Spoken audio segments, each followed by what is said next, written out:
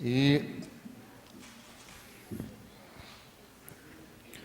painel 2, dentro do eixo temático, processo de descolonização do saber, pluralismo epistemológico e novas subjetividades. Nós contamos com a participação do professor Ricardo Sanin Restrepo, da Universidade de Caldas, Colômbia, professor da universidade, autor de vários livros, entre eles a Teoria Crítica Constitucional, professor convidado da Universidade de Londres, da Universidade da Califórnia, em Berkeley, e da PUC do Rio de Janeiro, entre outras universidades. O professor Fábio Correia Souza de Oliveira, bacharel em Ciências Jurídicas e Sociais pela Universidade Federal do Rio de Janeiro, mestre e doutor em Direito pela Universidade do Estado do Rio de Janeiro, pesquisador visitante pós-graduação, lato sensu da Faculdade de Direito da Universidade de Coimbra, pós-doutorado em Direito da Universidade Federal de Santa Catarina, bolsista da CAPES no mestrado e doutorado, inclusive em Coimbra, bolsista do CNPq no pós-doutorado, professor da Faculdade de Direito da Universidade Federal do Rio de Janeiro, professor da Escola de Ciências Jurídicas da Universidade Federal do Estado do Rio de Janeiro, coordenador e professor do mestrado e doutorado em Direito da Universidade de Estácio de Sá. E o professor Carlos Teodoro José Ugenei Irigaray, que é professor da Faculdade de Direito da Universidade Federal do Mato Grosso, pós-doutor em Direito Ambiental pela Universidade da Flórida, doutor em Direito pela Universidade Federal de Santa Catarina, coordenador do programa de mestrado em Direito Agroambiental da Universidade Federal do Mato Grosso e membro do Conselho Diretor da Universidade Federal do Mato Grosso, procurador do Estado do Mato Grosso, presidente do Instituto O Direito por um Planeta Verde. Nós iniciamos nossos trabalhos, então, com a palestra do professor Dr. Ricardo Sanin Restrepo, da Universidade de Caldas, Colômbia. Professor.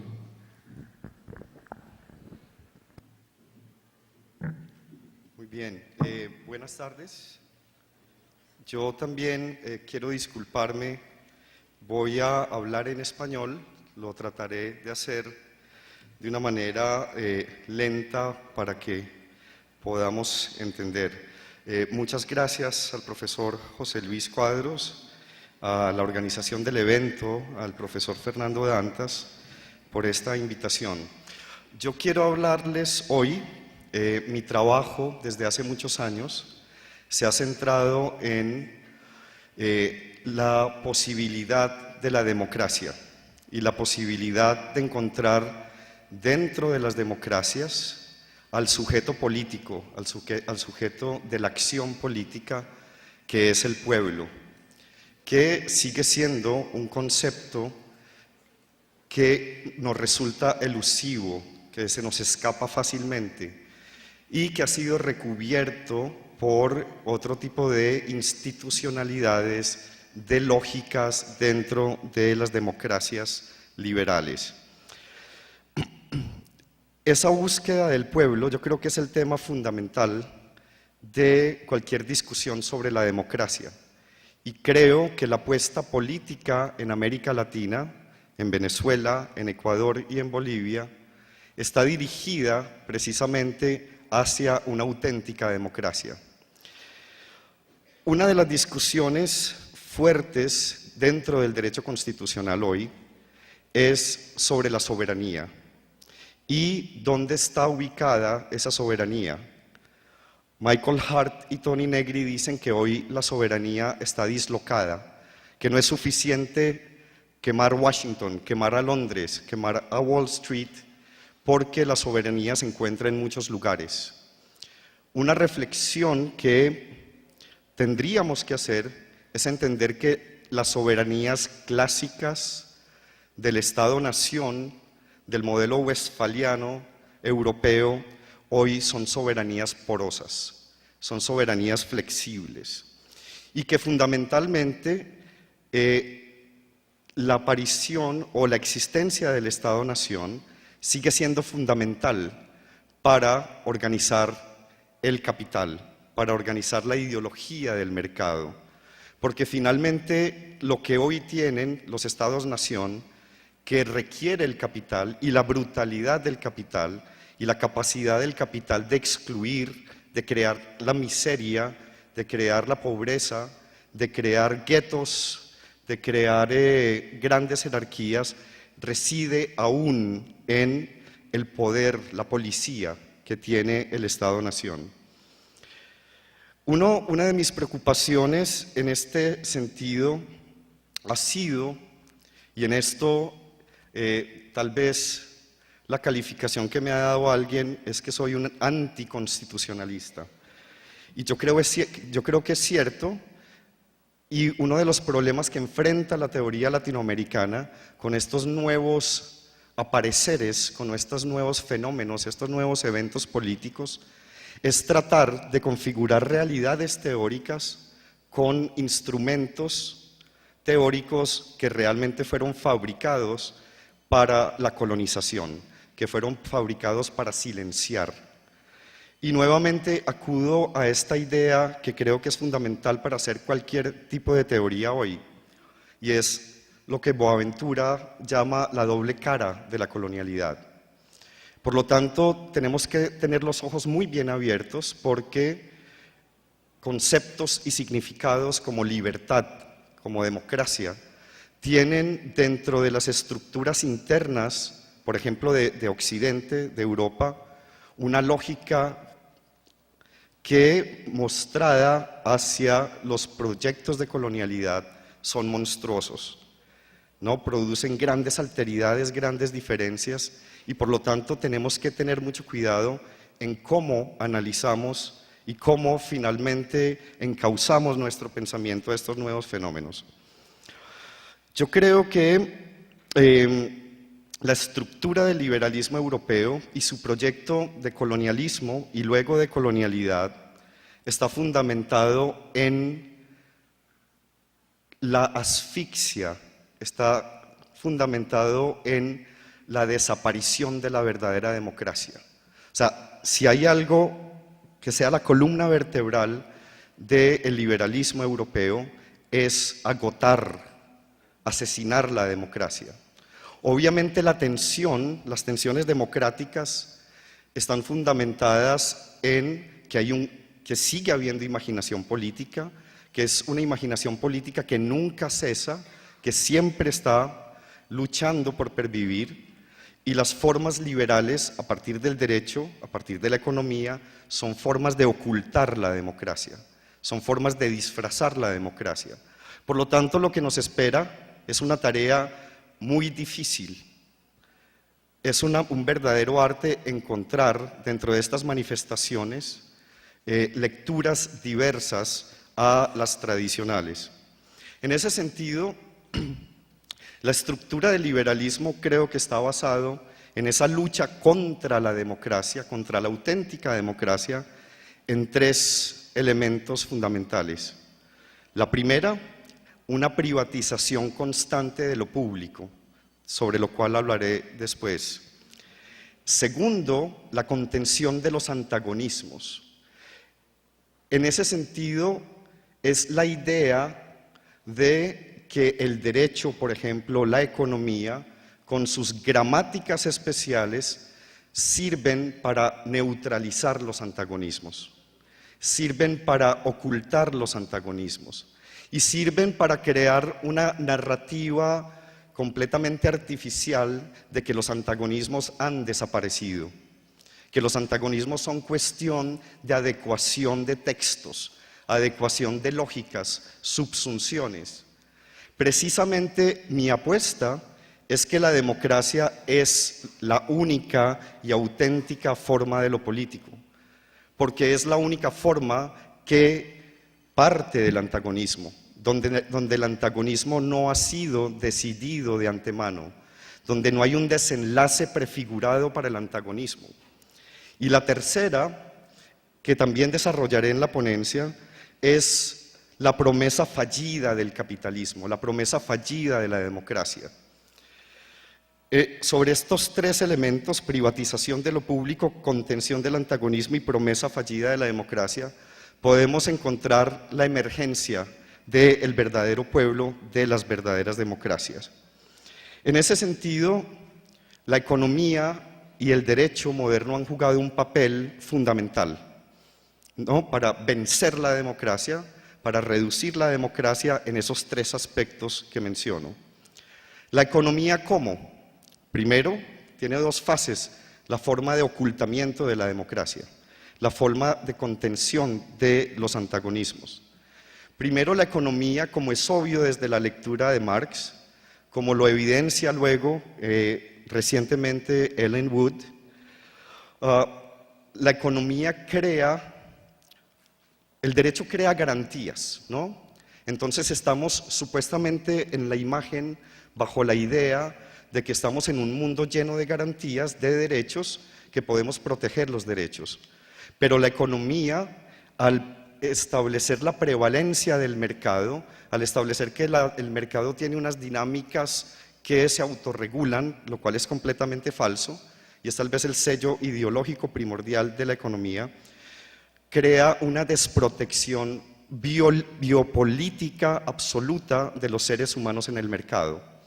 Porque realmente en el mercado no estamos sometidos a ninguna norma, a ninguna garantía, a ninguna protección. Entonces el derecho puede asegurarnos una protección que es imaginaria, porque realmente nuestro sometimiento biopolítico al mercado es gigantesco. Y ya no es solo como lo pensaba Marx, ¿no?, que es la desregulación de la fábrica y la libertad de la fábrica, porque finalmente la lucha política del siglo XIX y del siglo XX fue politizar la fábrica. Ahora es un mercado mucho más impreciso, donde como seres humanos, como sentido de comunidad, estamos sueltos a ser victimizados por el mercado. Pero la segunda, y en esto comparte exactamente los mismos rasgos del derecho, la idea de la economía política inglesa, ¿no? La idea de la economía política inglesa es: el mercado proviene de leyes naturales que solo se entienden a partir de la ciencia. Y para entender esto, solo son unos pocos privilegiados del conocimiento quienes tienen acceso a esas extrañas mecánicas, a estos elementos esotéricos. Y por lo tanto, por ese lado la economía, pero el derecho también, cuando reificamos la Constitución, cuando los mismos constitucionalistas y la misma tradición jurídica lo que logra es convertir a la Constitución en un texto sofisticado, raro, de imposible comprensión, lo que hacemos es un corte, una fractura con la democracia. Por lo tanto, la economía y el derecho están por fuera de contención, están por fuera de discusión. Y hay un apropiamiento de unas élites de esas constituciones y de los principios del mercado. Perdón. Por lo tanto, la auténtica democracia es una reapropiación, y una reapropiación que tiene que ser violenta de la Constitución. Y miren cómo hoy las constituciones liberales, y tendríamos que distinguir, no caer en el error de hablar de la Constitución de Venezuela o la de Bolivia o la de Ecuador como constituciones enmarcadas dentro de la tradición liberal, porque no tienen nada que ver. Y un elemento definitivo para ello es el siguiente: las constituciones liberales, por ejemplo la colombiana, tiene una parte de esa constitución, que es la parte de los derechos, las garantías, que están saturados de intervención social.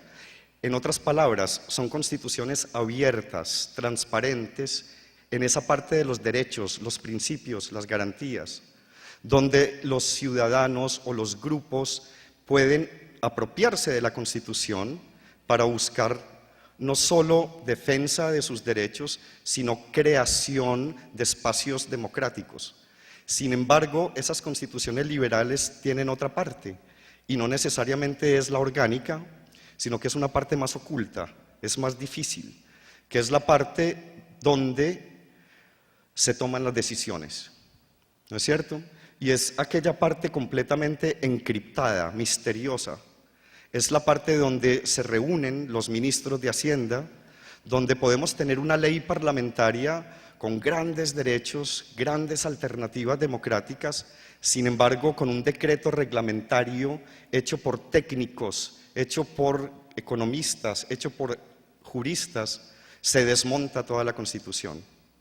Entonces la parte de los derechos finalmente está sometida a que esta otra parte, la parte oscura, donde está la economía, donde están los foros cerrados, donde están las decisiones ocultas, se desactive la Constitución. Y desde ahí entonces se programa el asesinato de la democracia misma. Slavoj Žižek, el filósofo esloveno, siguiendo esta lógica básicamente de cómo las constituciones han servido, o sea, mi tesis es fundamentalmente que la historia del liberalismo es la historia de la tensión entre democracia y liberalismo, donde el liberalismo pone en movimiento una serie de proyectos muy sofisticados para controlar la democracia. Y la última etapa, la etapa más refinada, más fina de control de la democracia, es a partir de las constituciones.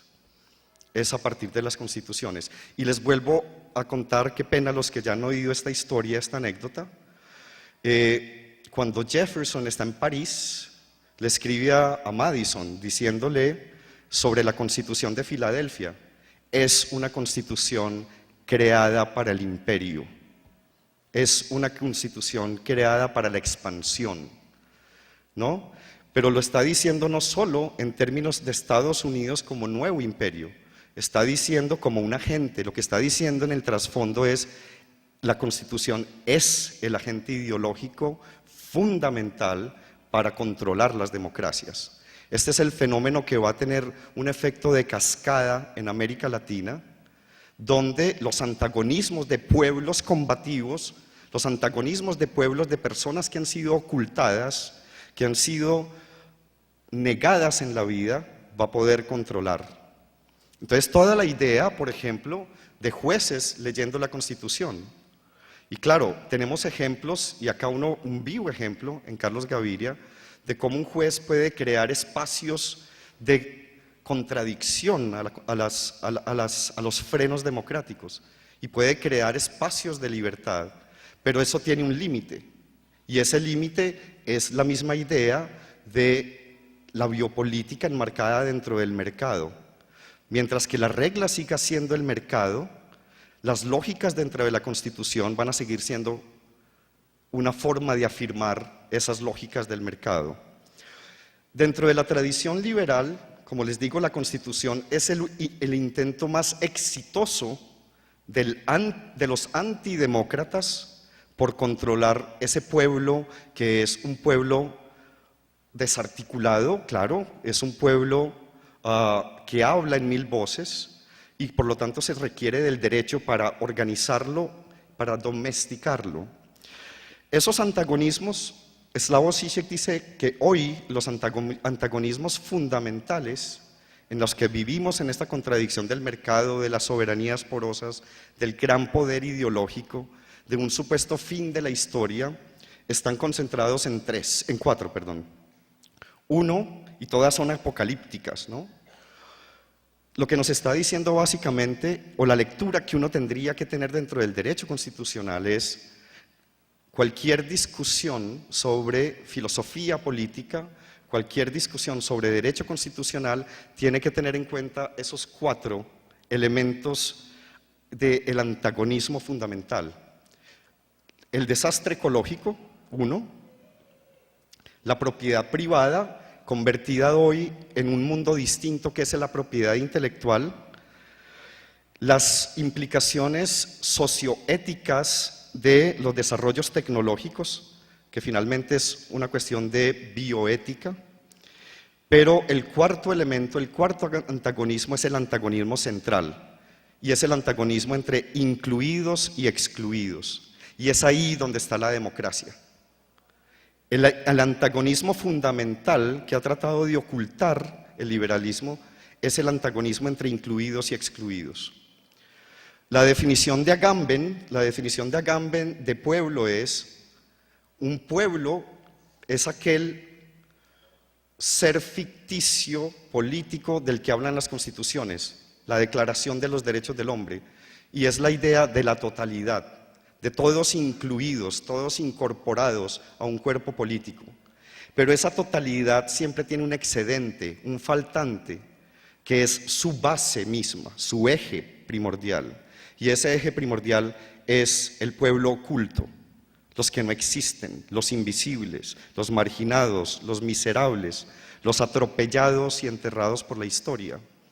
En ese sentido, ese cuarto antagonismo, lo que estamos hablando acá es, si no tomamos en serio como fundamento de la filosofía política el cuarto antagonismo entre incluidos y excluidos, que es donde está la democracia, cualquier discusión sobre derecho constitucional que, por ejemplo, afirme la autonomía de América Latina, la soberanía y el fin de la colonialidad, es vacía.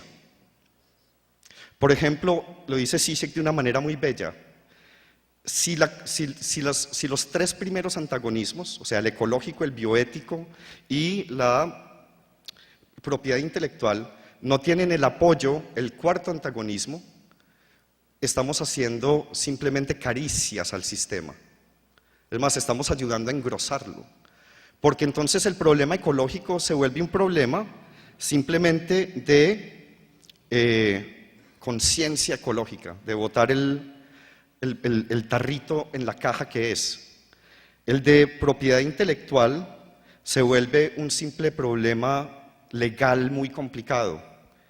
El de la bioética se vuelve un problema ético, pero no se vuelve un problema de sistemas, no es un problema de cuestionamiento directo, por ejemplo, al capitalismo, al colonialismo, ¿no? A las exclusiones bárbaras. Entonces, sin ese cuarto, cualquier discusión que tengamos o que hagamos desde América Latina,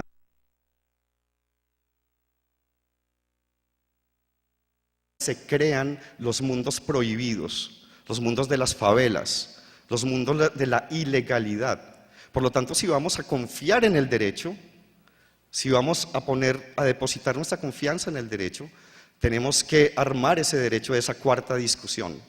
Y la cuarta discusión es la discusión por la democracia. No la democracia representativa que crea la falsa ilusión de tener mucho poder porque se deposita un voto o porque hay alguien representándome, sino la democracia basada en su fundamento ontológico, que es un pueblo de excluidos, un pueblo de miserables, un pueblo de gente que sufre permanentemente.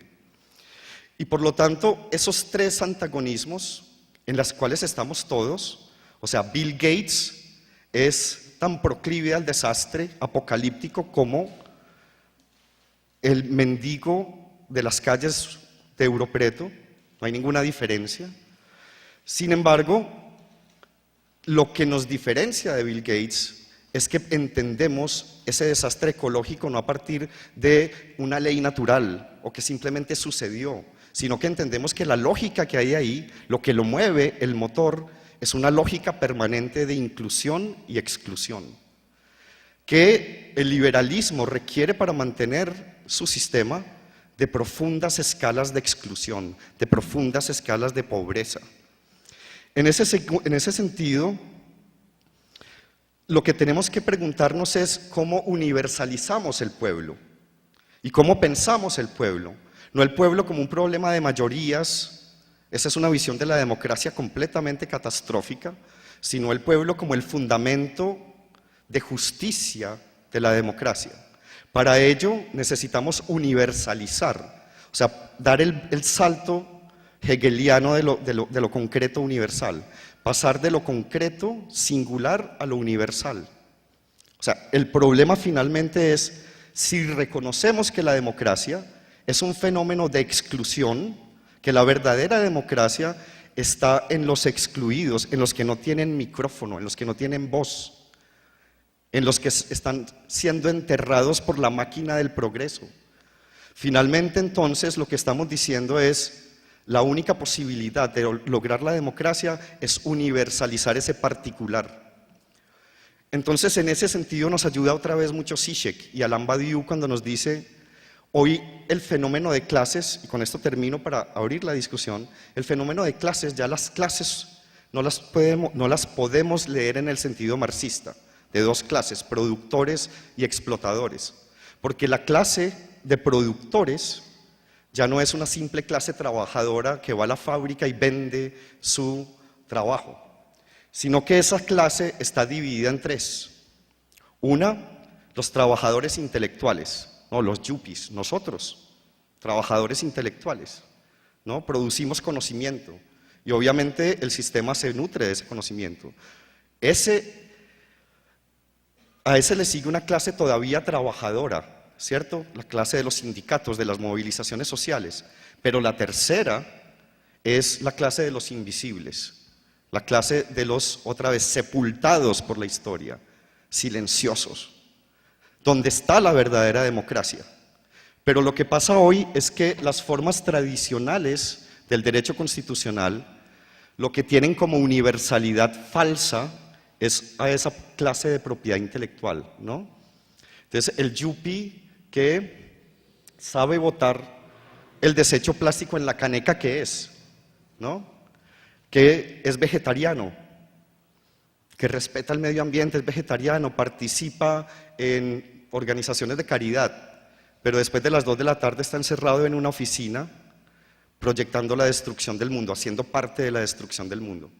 Por lo tanto, la verdadera democracia, y aquí es el reto al que nos invita la nueva teoría crítica radical, es cómo hacemos para que el universal no sea ese trabajador intelectual, sino el universal sea el pueblo. O sea, si hay algo que nos reúne aquí hoy, creo yo, es un dolor común.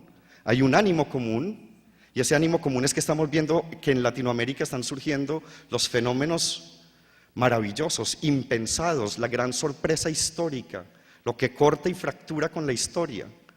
Pero lo que nos reúne en el fondo es un dolor, una denuncia, y es: el mundo está mal, esto no puede seguir así.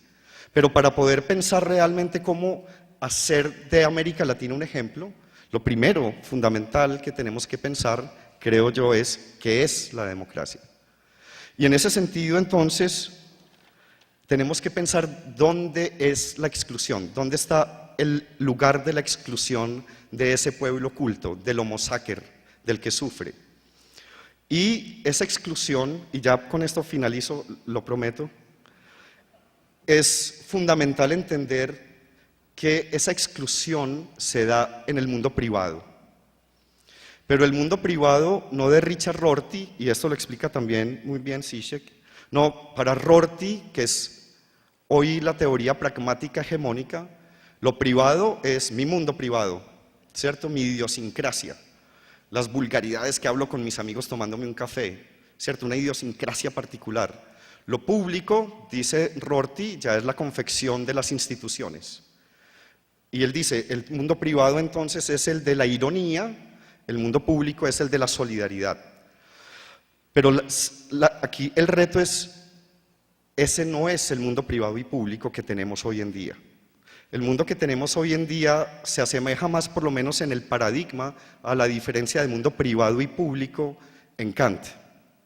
Donde el mundo privado es donde se crean, donde se generan las diferencias y las jerarquías sociales y políticas, el Estado. Y lo universal es la libertad. Lo universal es la razón en la libertad. Más o menos ese ejemplo, más o menos esa base, es como se sirve para pensar la democracia. Si tenemos la democracia, un pueblo aplastado, y unas palabras que son significantes vacíos que lo reemplazan, ¿no? Candidatos, representación, derechos.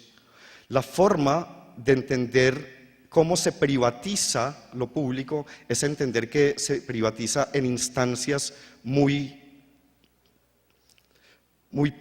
prácticas y que están muy bien señaladas en el Estado, en el mercado.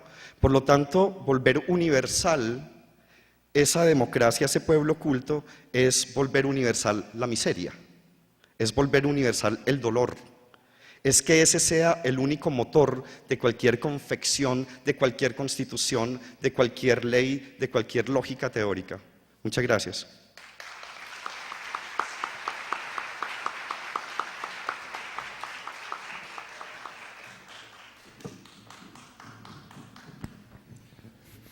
Muito obrigado, professor Ricardo Sanin Restrepo. Após as falas todas, nós podíamos fazer algum debate, né? E até chamar o público também a participar. E eu passo agora a palavra ao professor Dr. Fábio Correia Souza de Oliveira para a sua palestra.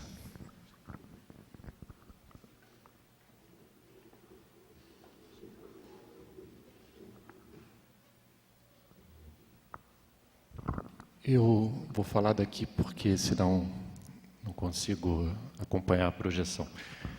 Em primeiro lugar, minha palavra de agradecimento pela presença no Congresso, ao professor juiz José Luiz Quadros, ao professor Fernanda, Flaviane. É uma satisfação muito grande estar aqui. Eu vou fazer uma exposição que é uma continuidade de uma fala que fiz no primeiro congresso, que se enquadra perfeitamente no título deste segmento do congresso: Descolonização do saber, pluralismo epistemológico e novas subjetividades. Talvez ainda mais presente na expressão novas subjetividades. Como é de conhecimento público, imagino, há uma novidade, talvez até possamos dizer a maior delas, porque rompe o paradigma, ou pelo menos em tese rompe o paradigma antropocêntrico, que é o reconhecimento da titularidade de direitos fora da humanidade. E aí vem a expressão direitos da natureza. Eu não vou fazer leitura dos textos legais, porque me parece que não é necessário que todos tenham conhecimento das previsões. O fato é que a Constituição do Equador foi a primeira Constituição no mundo, o primeiro texto legal no mundo a trazer a nomenclatura de direitos da natureza. Na Bolívia, em 2010, foi aprovada a Lei da Mãe Terra, que na mesma linha, ou numa linha bem próxima, também previu a natureza como titular de direitos. O presidente Evo Morales chegou a fazer uma fala na ONU defendendo uma Declaração Universal dos Direitos da Mãe Terra, que é uma reivindicação de grupos, de movimentos em vários países, fora da América Latina, inclusive. Bom, é claro que tudo isto eclode, vem no contexto de uma emancipação das comunidades ameríndias, especialmente, então, no Equador e na Bolívia. Ligado à ideia de summa causae, de bem viver. Eu não vou fazer uma exposição sob este prisma. Talvez, em um outro momento, eu possa falar, mas não é a linha que eu vou adotar aqui. Eu vou fazer uma problematização da compreensão de direitos da natureza, procurando, então, um aclaramento da noção a partir de menções encontradas na doutrina latino-americana que baseia esta previsão constitucional. Se nós fôssemos identificar um agente parlamentar, assim, responsável, sobretudo, pela inclusão desta previsão na Constituição do Equador, este possivelmente seria o Alberto Acosta, que foi presidente da Assembleia Nacional Constituinte. Então, diz o Alberto Acosta, neste trecho, que a natureza deve ser assumida como sujeito de direito. E, na sequência, na parte que está também em negrito, defende o respeito ao valor intrínseco de todo ser vivo. E é daí que eu vou mencionar o enquadramento teórico. A expressão direitos da natureza não surgiu no mundo de alguns anos para cá, não surgiu no Equador. Este livro, do Roderick Nash, é um livro de 89, que vem numa tradição da chamada ética ambiental ou ética ecocêntrica, que tem um ponto importante de referência em um filósofo, um pensador estadunidense chamado Aldo Leopold.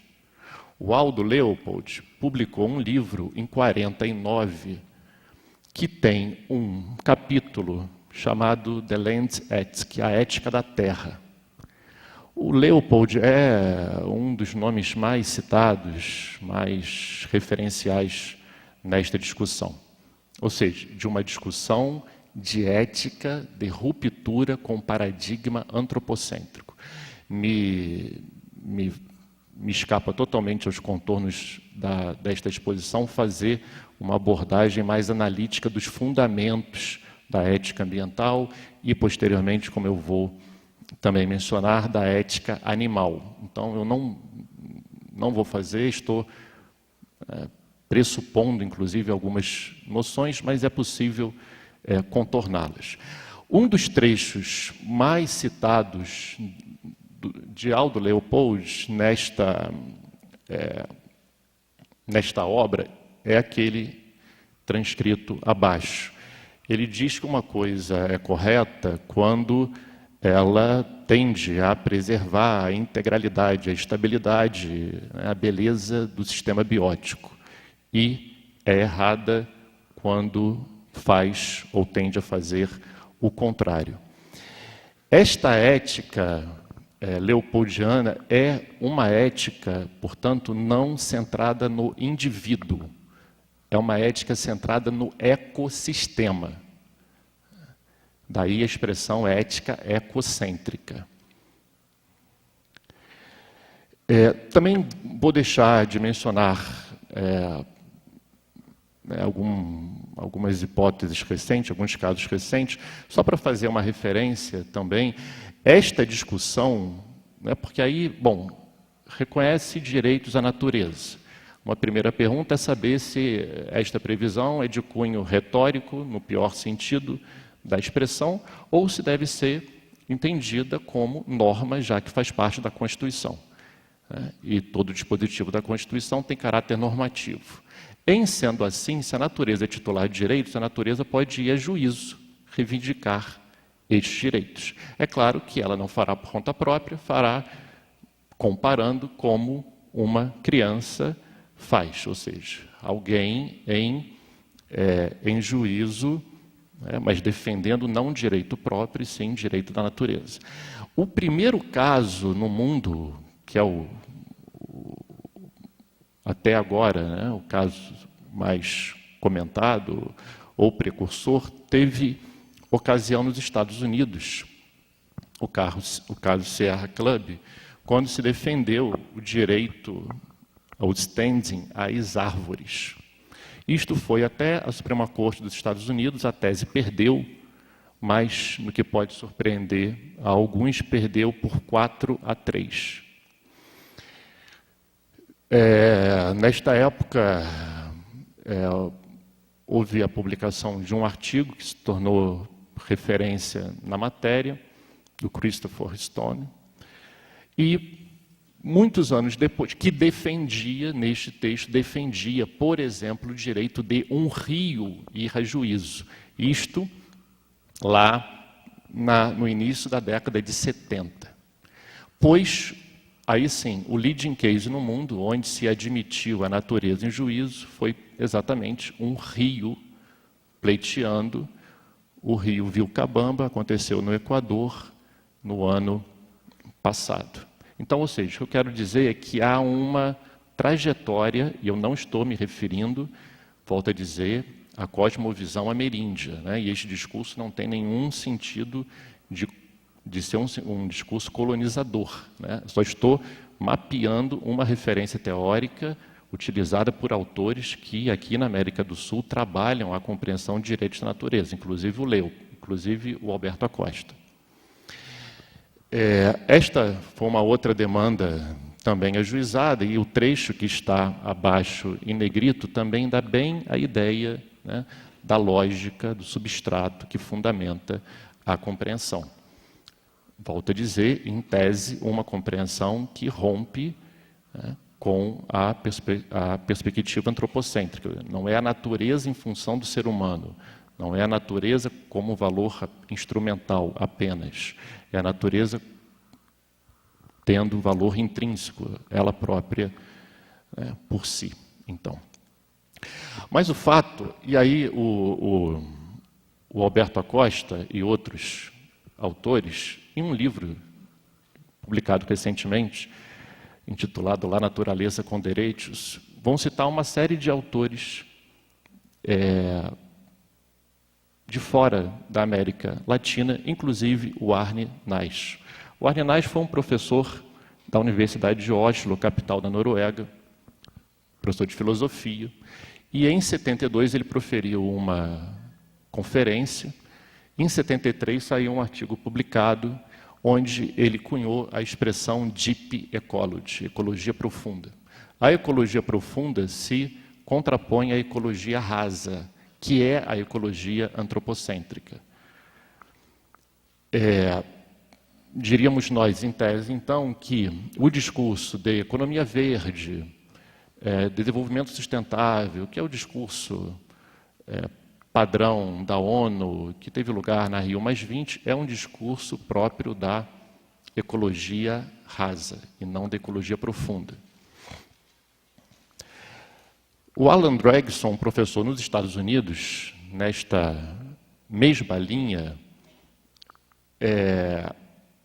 defende o valor intrínseco, e este é um trecho que exemplifica, para todos os seres vivos.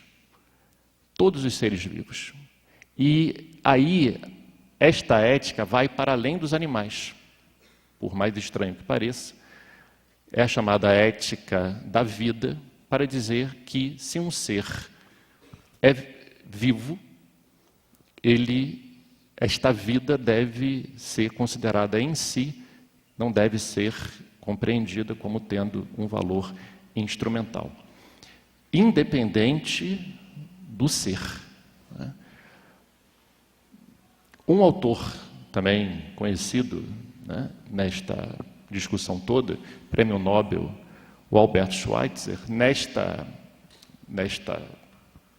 trecho, também revela bem a compreensão que fundamenta a ética da vida. Só para não ficar, talvez, muito estranho, porque tem professores de direito constitucional aqui, alguns constitucionalistas da maior envergadura, por assim dizer, defendem, né, ideias nesse sentido, defendem direitos dos animais, como, por exemplo, Cass Sunstein. E outros, né, a Martha Nussbaum escreveu, organizou um livro também, Lawrence Tribe, quer dizer, autores dos Estados Unidos, eu estou mencionando. Né. Então, aqui um outro trecho, e o Jeremy Bentham, né, considerado o pai do utilitarismo, na sua obra clássica, escreveu este trecho que está sublinhado aí, que revela um dos fundamentos utilizados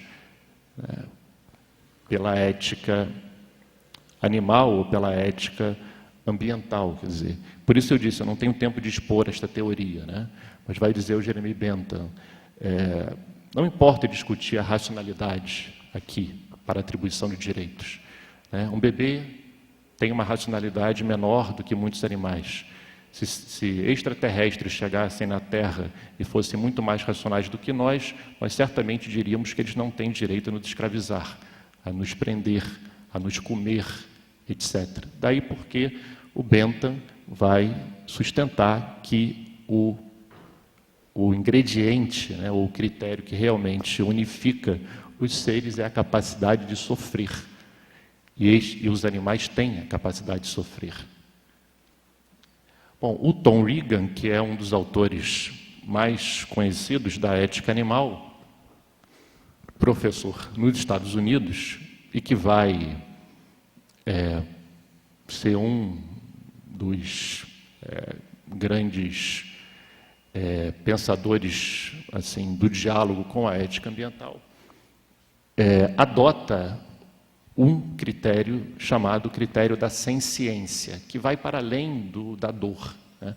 Vai dizer, animais que têm alguma consciência de si, capacidade de sofrer, buscam bem-estar, né? Buscam alimento, buscam abrigo, têm interesses, né? Estes animais devem ser protegidos na categoria que ele denomina sujeitos de direito. Bom, já mais recentemente, o Arne Naess e um outro professor nos Estados Unidos, chamado Sessions, enumeraram 8 princípios que seriam, então, ou que são a plataforma, a chamada plataforma comum da ecologia profunda, que estão listados aí, né? Um deles, logo no início, é o reconhecimento de valor intrínseco ou valor inerente para todos os seres, portanto, não apenas para seres humanos. Então, a ideia de dignidade humana, ou a ideia de dignidade é ampliada para outros seres. Por que estes autores são mencionados? Uma das razões pelas quais eles são mencionados aqui na discussão dos direitos da natureza é porque a teoria ou a filosofia da ecologia profunda expressamente valoriza saberes originários. Então ela diz, é preciso romper, exatamente isto, é preciso romper com o referencial iluminista, é preciso romper com a tradição eurocêntrica para analisar outras cosmovisões, inclusive, portanto, as cosmovisões de povos da América do Sul. Daí porque caiu como uma luva, né? E aí é mais a problematização que eu queria fazer. Eduardo Gudinas é um autor, um ecologista do Uruguai, que próximo ao Alberto Acosta, no Equador. Então, ele vai dizer a mesma ideia, né, que os seres vivos têm valor inerente. Daí esses trechos citados. Apesar de dizer isto, assim, há uma reserva, e há uma razão nisto, para não concluir da afirmativa de que aquele ser tem valor em si, que ele tem direitos, né? Então, o que acaba por acontecer a natureza é reconhecida como titular de direitos. Os animais não são, na ética ecocêntrica. Eles até são entendidos como tendo valor intrínseco, mas este valor intrínseco não é forte o suficiente para que se conclua que eles são titulares de direitos. Daí, mais uma vez, um trecho do Alberto Acosta. Eu ia fazer um comentário sobre esta passagem, mas vou pular em função do tempo.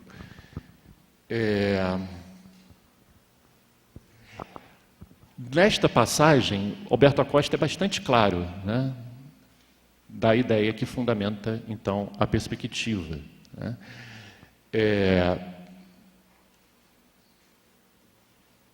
O que acontece é que a coletividade, então, a natureza poderia ser concebida como titular de direitos, mas não os seres que a integram. Então, não faz a rigor sentido, na perspectiva do direito da natureza, dizer que uma árvore individualmente tem o direito a não ser cortada, né? Ou que um animal tem o direito a não ser morto.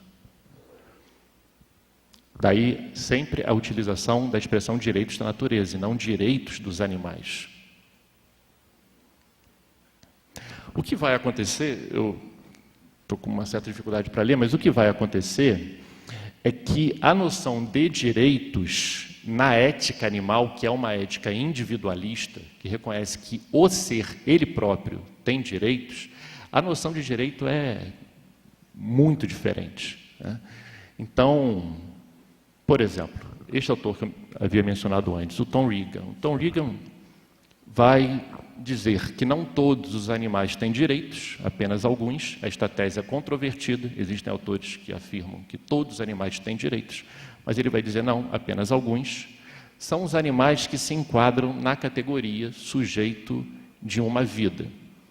E aí vai dizer Tom Regan, todos os animais, inclusive seres humanos, né, que estão qualificados como sujeitos de uma vida, eles têm o mesmo valor inerente. Desta forma, a consequência, por exemplo, é defender que não é possível matar um animal para fazer roupa, ou não é possível matar um animal para comer. E eu estou pressupondo algumas noções, eu disse. Uma delas é a de que a dieta vegetariana é saudável, que ninguém precisa de carne para viver. Então, vai dizer o Tom Regan, eu não posso afirmar que uma vaca tem direito à vida se eu posso matá-la simplesmente para sentir o gosto, porque eu gosto, porque o meu paladar é mais importante do que a vida dela. Isto não faz sentido em termos jurídicos, né, em termos éticos. Eu só posso dizer, eu só poderia retirar a vida de alguém que tem realmente direito à vida em algumas hipóteses excepcionalíssimas, como legítima defesa, estado de necessidade, ou alguns crimes que são questionados, né? E aí a gente iria discutir a pena de morte, mas de qualquer forma, o sujeito cometeu um crime e está sendo condenado à morte. Nós podemos dizer, isto não faz sentido, não é razoável a pena, a conduta, mas o fato é que isto simplesmente não se aplica aqui, né? Porque efetivamente a vaca não cometeu crime nenhum, mas não importa, né? Não se entende que ela tem este direito e, portanto, podemos matar tranquilamente. Daí, porque a ética animal vai olhar para a ética ambiental, esta que fundamenta os direitos da natureza, e vai dizer, vocês têm que definir bem o que vocês estão chamando de direitos, né? Porque a palavra ficou com conteúdo esvaziado aqui. Já que, por exemplo, este autor não defende que uma árvore tem direito à vida. Por quê? Porque eu posso cortar uma árvore para fazer, por exemplo, objetos de decoração. Então, meu interesse estético prevalece sobre a vida daquele ser. Mas como ele não tem direito à vida, então eu não tenho um problema moral aqui, né? Bom, de toda forma, no pensamento que embasa o direito da natureza, estas afirmações são muito utilizadas, inclusive pelo Arne Naes, que foi, né, como eu disse, a pessoa que cunhou a terminologia, ecologia profunda, que vão dizer então que todo ser tem igual direito a viver.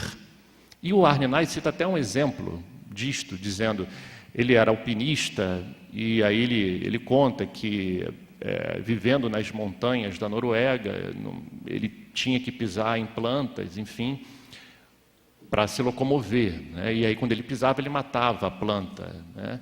E eles citam uma espécie de planta, uma planta diferente, rara, etc. E aí ele diz, o fato de eu pisar na planta e ela morrer não me levou a concluir que ela não tivesse direito à vida. Somente por isto. Mas é claro que o conceito de direito à vida aqui não é o conceito, né, que nós utilizamos quando falamos que os seres humanos têm direito à vida. É uma outra compreensão. Assim também com a terminologia biocentrismo, né? Assim, o que significa efetivamente uma visão biocêntrica, ou seja, centrada na vida, né? Em qualquer vida, né? a parte do direito dos animais não defende uma visão biocêntrica, defende uma visão biocêntrica mitigada. Ou seja, apenas alguns seres vivos têm direito, têm valor intrínseco, porque, na verdade, o Tom Regan faz uma diferença entre valor intrínseco e valor inerente. Seria melhor dizer valor inerente. Mas do valor inerente eu extraio direitos. E isto não vai acontecer no plano dos direitos da natureza. Daí porque o Alberto Acosta, por exemplo, vai dizer, né, que esta visão, em tese biocêntrica, a defesa dos direitos da natureza, não vai impedir a pesca, não vai impedir a pecuária, porque o que importa é o conjunto, é o sistema, né, biótico, não é o indivíduo. Portanto, você pode comer carne, você pode comer peixe.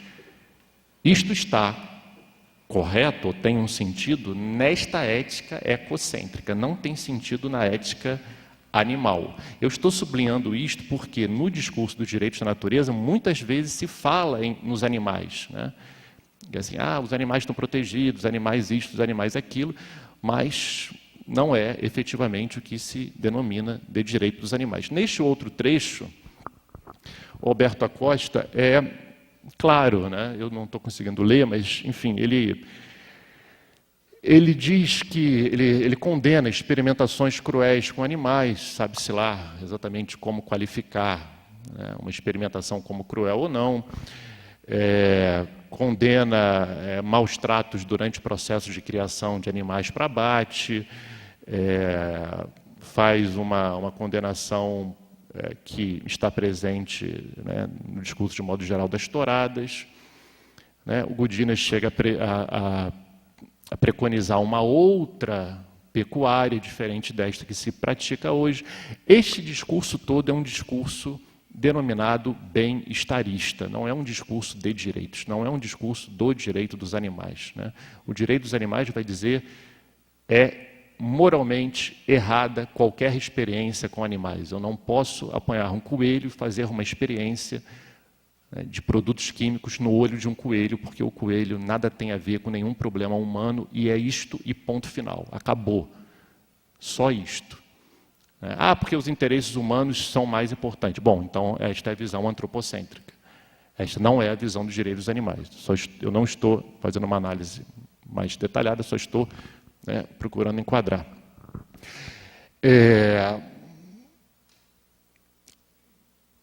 Também gerou um relativo estranhamento em alguns, quando a Constituição do Equador, e agora já estou realmente me aproximando do final, trouxe a nomenclatura de direitos da natureza, porque havia um sentimento em alguns defensores dos direitos dos animais que a primeira incorporação legislativa seria a incorporação de direitos de alguns animais.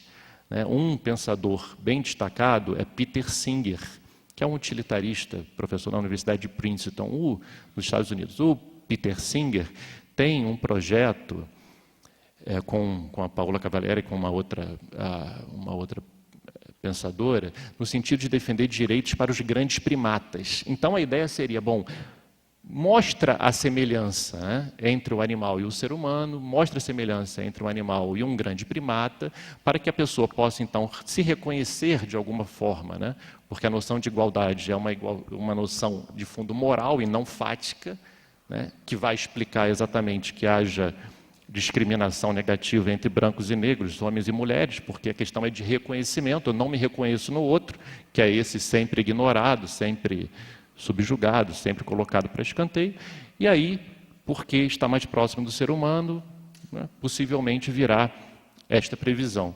Não foi assim, primeiro veio os direitos da natureza. Na verdade, não há muito o que estranhar, porque, evidentemente, os direitos da natureza geram um impacto na vida de cada um muito menor do que o impacto da admissão dos direitos dos animais. Porque se você incorpora a perspectiva do direito dos animais, você vai mudar a sua vida de uma maneira possivelmente muito maior do que se você incorporar a perspectiva do direito da natureza, porque vai começar pela alimentação, vai passar pelo vestuário, etc. E o direito da natureza incorpora isto, né, permite que isto siga. Então, o que nós podemos dizer? Nós podemos dizer que o biocentrismo da ética ambiental, direitos da natureza, se identifica, sobretudo, em relação aos animais com um bem-estarismo ou com direitos fracos. O que faz a ética ambiental? Ela amplia o universo para dizer não são apenas animais, são outros seres vivos, mas ao mesmo tempo que ela amplia, ela enfraquece a ideia de valor inerente. Portanto, não há problema na pecuária, não há problema na pesca, fala-se em pesca sustentável, não há problema em cortar uma árvore, contanto que não haja um impacto ecossistêmico. Então, vamos nos preocupar com a extinção das espécies. Estou preocupado com a espécie, não estou preocupado com o indivíduo que a compõe. Daí aquela parte lá em cima. Apesar de haver um discurso na ética ambiental de que não há gradação entre valor inerente, o fato é que há. Algumas vidas são mais importantes do que outras, por isso que todo aquele que, em tese, tem um discurso que quebra o antropocentrismo nesta linha, ou muitos, pelo menos, defendem que é possível comer carne de vaca, mas ninguém defende que é possível comer carne de seres humanos, porque isto é canibalismo, isto é macabro, etc. Não é possível. Ou seja, e aí é a minha última palavra, nós temos que ter um cuidado na compreensão da noção de direitos da natureza, porque há uma tensão entre esta perspectiva de uma ética não focada no indivíduo, e sim no conjunto, no sistema de vida, no que o Capra vai dizer, na teia da vida, e a ética ambiental e a ética animal, que é uma ética individualista, que vai defender uma plataforma que não está incorporada nos direitos da natureza. Apesar de que alguns autores da ética ecocêntrica, como, por exemplo, o Arne Nash, que eu mencionei lá atrás, admite que é possível conciliar. Alguém pode ser um defensor de uma ecologia profunda e, ao mesmo tempo, adotar uma postura vegetariana. Mas isto é, sobretudo, uma liberalidade individual. Se a tua consciência te levar a isto, então você adota esta alimentação, mas não é propriamente um dever ético de fazer. Isto tudo, para quem talvez esteja ouvindo pela primeira vez, talvez soe um pouco menos importante, porque a primeira ruptura, ou o primeiro degrau, é romper com a enorme ignorância que se tem sobre o que a humanidade, de um modo geral, faz com os animais. Como a gente consegue dissociar as coisas, e não levar em consideração este sofrimento, estas vidas miseráveis que são impostas por interesses humanos. A gente tem uma noção, muitas vezes, de que este é um problema secundário. Eu penso que não é, penso que é um problema da primeira ordem, e penso, como Tom Regan, que um sistema ético que fala em direitos humanos apenas é um sistema cego, realmente, e acaba por não incorporar uma das dimensões que o novo constitucionalismo traz de uma potencialidade de emancipação para seres não humanos. Obrigado.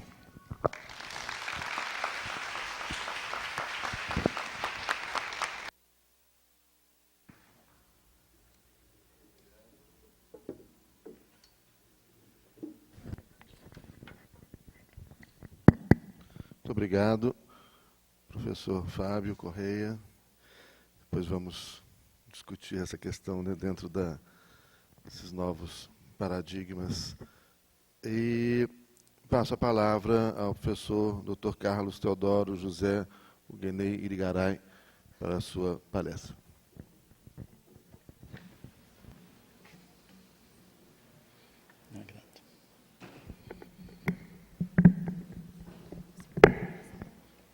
Ao passador.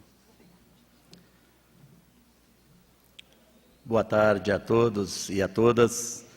Quero saudar aqui os membros, professores aqui que integram comigo esse painel. Saudar os professores, acadêmicos aqui presentes. E iniciar a minha apresentação fazendo aqui um agradecimento pelo honroso convite para participar deste evento, este congresso internacional, e eu faço na pessoa do professor Fernando Dantas, que tem se mostrado mais do que um colaborador, um amigo que tem nos apoiado nessa implantação do nosso programa de mestrado em Direito Agroambiental na Universidade Federal de Mato Grosso.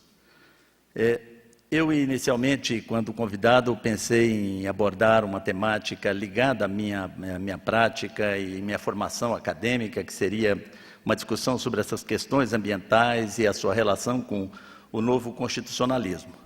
Mas fui instigado pelo professor Fernando Dantas para abordar uma temática que ainda não havia tido oportunidade de fazê-la no meio acadêmico, embora já tenha feito em outros fóruns, né?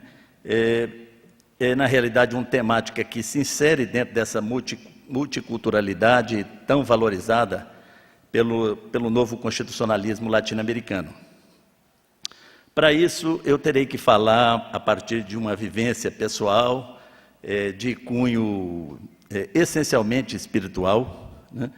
Enfocando também a trajetória de uma instituição que tem seus fundamentos na tradição inca, e que enfrentou, e aliás, ainda enfrenta no Brasil, e não só no Brasil, também no exterior, alguns desafios para ter seus direitos constitucionais assegurados.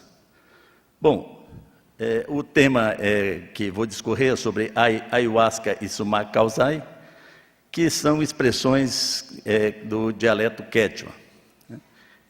Ayahuasca significa em quechua o vinho do espírito, e sumac causai o bem viver. Então, a relação entre este vinho do espírito e o bem viver é o que pretendo abordar aqui. Sei que para muitos é um tema novo, que poucas pessoas, com certeza, nessa plateia ouviram falar da ayahuasca, e muito menos os que tiveram alguma experiência relacionada à ayahuasca. Para isso, eu quero brevemente contextualizar a minha experiência com a ayahuasca, né? Que em português nós chamamos huasca, por isso eu coloquei como subtítulo a huasca, a experiência da huasca nos povos latino-americanos, como um patrimônio material dos povos latino-americanos. Bom, eu nasci e banhei a minha infância e juventude nas cabeceiras do rio Araguaia. E vivi nesse período, até os meus 18 anos, quando saí para cursar Direito em Brasília. Eu vivi nesse período, no interior do estado de Mato Grosso, uma experiência muito intensa de ligação com a natureza e com os seus encantos. Bom, eu sabia que, desde jovem, para mim, uma prática espiritual só teria sentido se tivesse alguma ligação com a natureza. E foi isso que eu busquei. Eu ouvi falar pela primeira vez da ayahuasca em 1976, aproximadamente. Lendo uma matéria, isso no interior do Mato Grosso, lendo uma matéria que saiu na revista Planeta. Pois bem, desde então, eu passei a ter sucessivos contatos com pessoas que já tinham experienciado a ayahuasca, e aquilo foi me despertando o interesse de conhecer o que realmente era essa experiência amazônica, né? Esse contato com a ayahuasca. E como diz o poeta, é engraçado a força que as coisas parecem ter quando elas precisam acontecer. Pois bem, eu já como professor da Universidade Federal de Mato Grosso, procurador do Estado de Mato Grosso, fui ao Rio de Janeiro fazer o meu mestrado na PUC do Rio, e aqui hoje a presença do professor José Ribas Vieira, que tive a oportunidade e a honra de conviver com ele durante esse período. Foi nessa oportunidade que eu tive o primeiro contato com a ayahuasca. Ali eu comunguei esse chá que nós também conhecemos como vegetal pela primeira vez, né? Esse chá ayahuasca, ele é formado pela decocção de duas plantas da floresta amazônica, né? Uma é o Banisteriopsis caapi, chamado mariri, conhecido como mariri, entre outros nomes, e uma folha, um arbusto chamado Psychotria viridis, que é também conhecido como chacrona. Então, como essa composição, esse chá preparado com essas duas espécies, é usado em rituais religiosos para efeito de concentração mental. Bom, essa minha experiência ela aconteceu no âmbito de uma instituição conhecida como União do Vegetal. A União do Vegetal é a maior entidade huasqueira da América Latina, que pode ser considerado, e muitos a consideram, como uma religião do sentir. Na União do Vegetal, que também é conhecida como UDV, observa-se uma convivência de símbolos e ensinos comuns ao cristianismo, aos cultos afros, e principalmente também a tradição inca, de onde esse chá, o que nós chamamos também vegetal, chegou ao Brasil. Trata-se, portanto, de uma tradição secular que chegou a nós, chegou ao Brasil e a outros países da América Latina com a desintegração do Império Inca. Renato Cordeiro ele menciona um fato muito interessante quando analisa o Império Inca e diz que quando os espanhóis chegaram à América Latina, a cidade de Cusco, capital do Império Inca, era maior do que Paris, do que Londres, e enquanto essas cidades europeias o esgoto corria a céu aberto, a capital do Império Inca tinha um sistema de tratamento de esgoto e distribuição de água, não tinha moeda, mas não havia excluídos, não havia fome.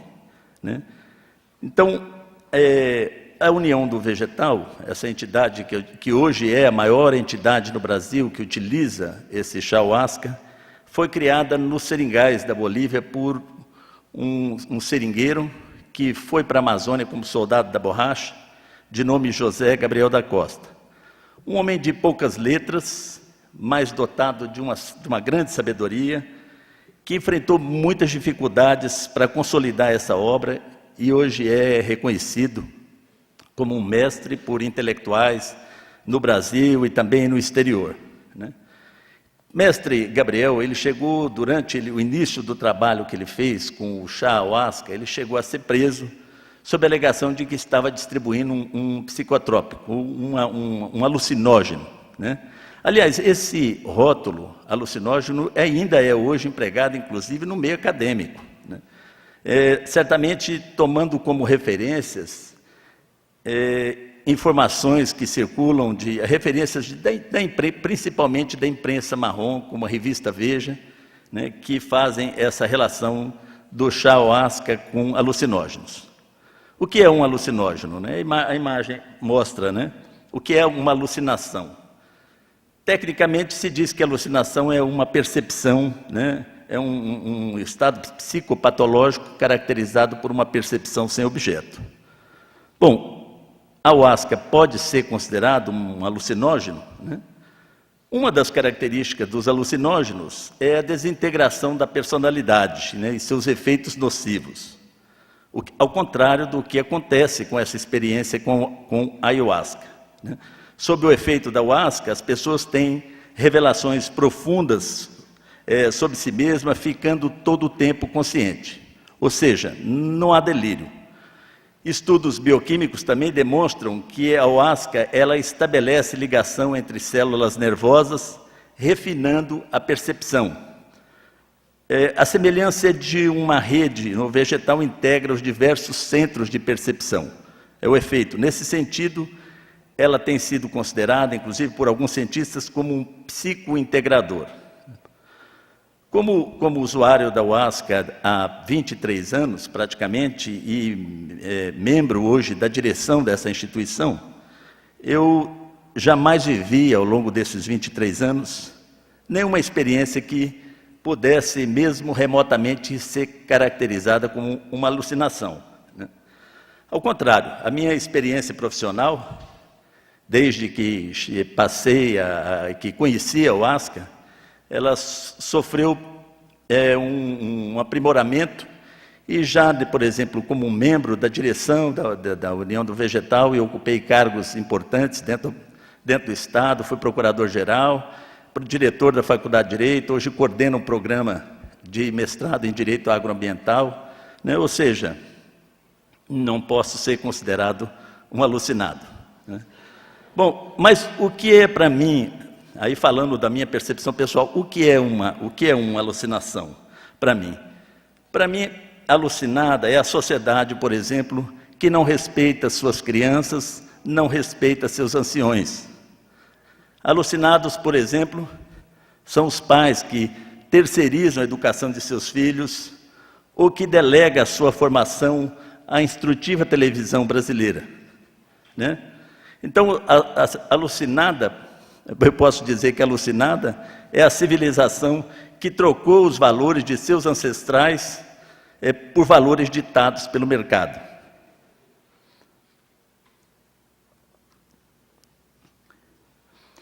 A comunhão com a ayahuasca não é, nesse sentido, uma experiência de alucinação.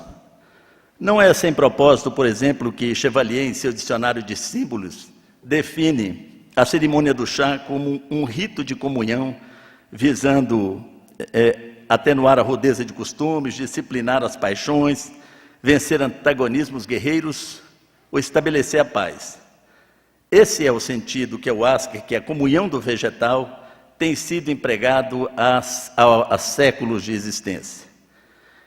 Embora o fundador da União do Vegetal, o mestre Gabriel, ele dissesse desde a década de 70 que esse chá era absolutamente inofensivo à saúde, né, a sua palavra só pôde ser comprovada cientificamente mais de 30 anos depois, quando a chegada de médicos na União do Vegetal motivou, criou um movimento no sentido de se pesquisar os efeitos biomédicos e psicológicos do chá ayahuasca.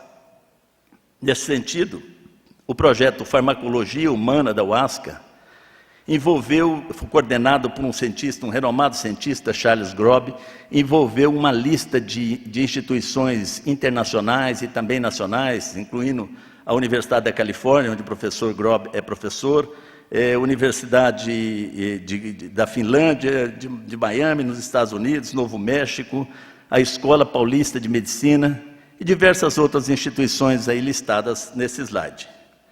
O que os estudos comprovaram, e foram uma sequência de estudos que tomou um grupo como de controle, pessoas que não são usuárias do chá, e pessoas que são usuárias do chá, o que comprovou é que, na análise dessa estrutura de personalidade, através desses testes neuropsicológicos, né, mostrou que o grupo que é usuário desse chá já há algum tempo se mostra mais reflexivo, emocionalmente mais maduros, visivelmente mais alegres, confiantes, otimistas, entre outras qualidades desejáveis, né?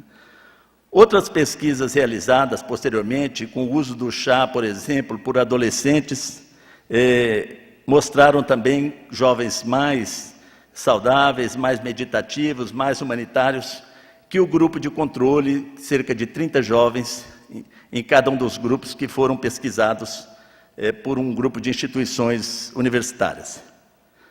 Pois bem, essas pesquisas foram extremamente importantes no processo de reconhecimento legal do direito ao uso religioso da ayahuasca no Brasil e no exterior.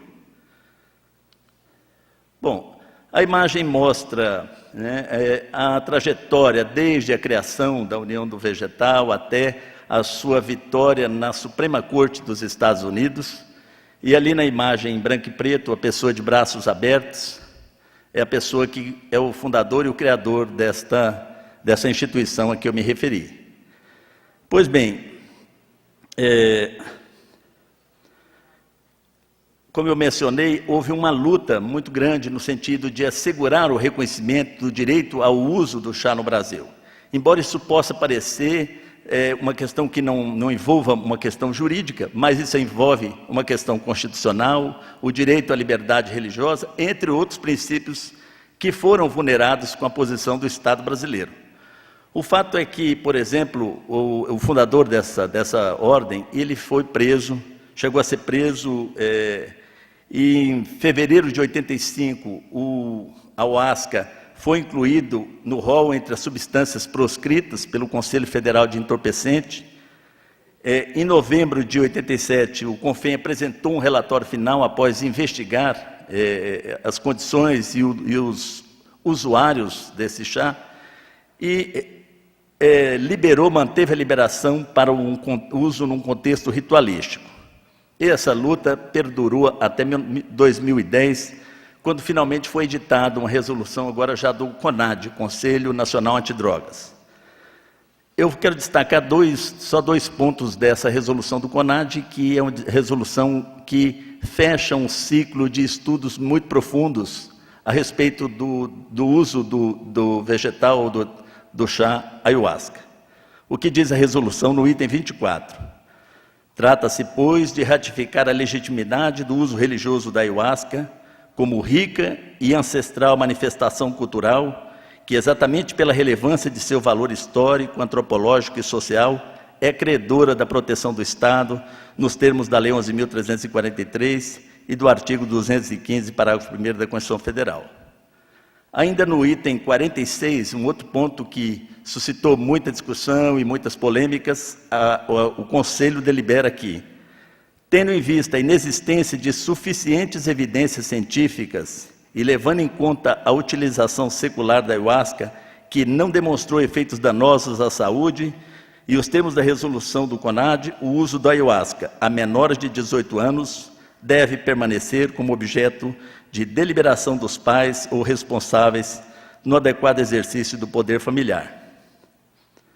Bom, hoje a luta por esse reconhecimento, ela persiste, ela perdura, e a batalha está sendo pelo reconhecimento da ayahuasca como um patrimônio imaterial do povo brasileiro, em respeito à diversidade, à identidade cultural dos povos que compõem esse Estado plurinacional brasileiro. Mas vejam bem, não é só a mediocridade jurídica que colocou em risco esse patrimônio imaterial, né?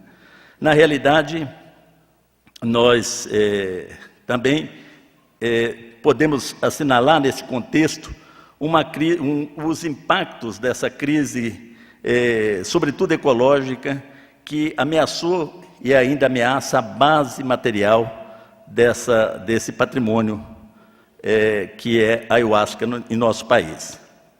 Bom, são hoje, segundo os dados do governo, cerca de 4.000 quilômetros quadrados de florestas cortadas por ano.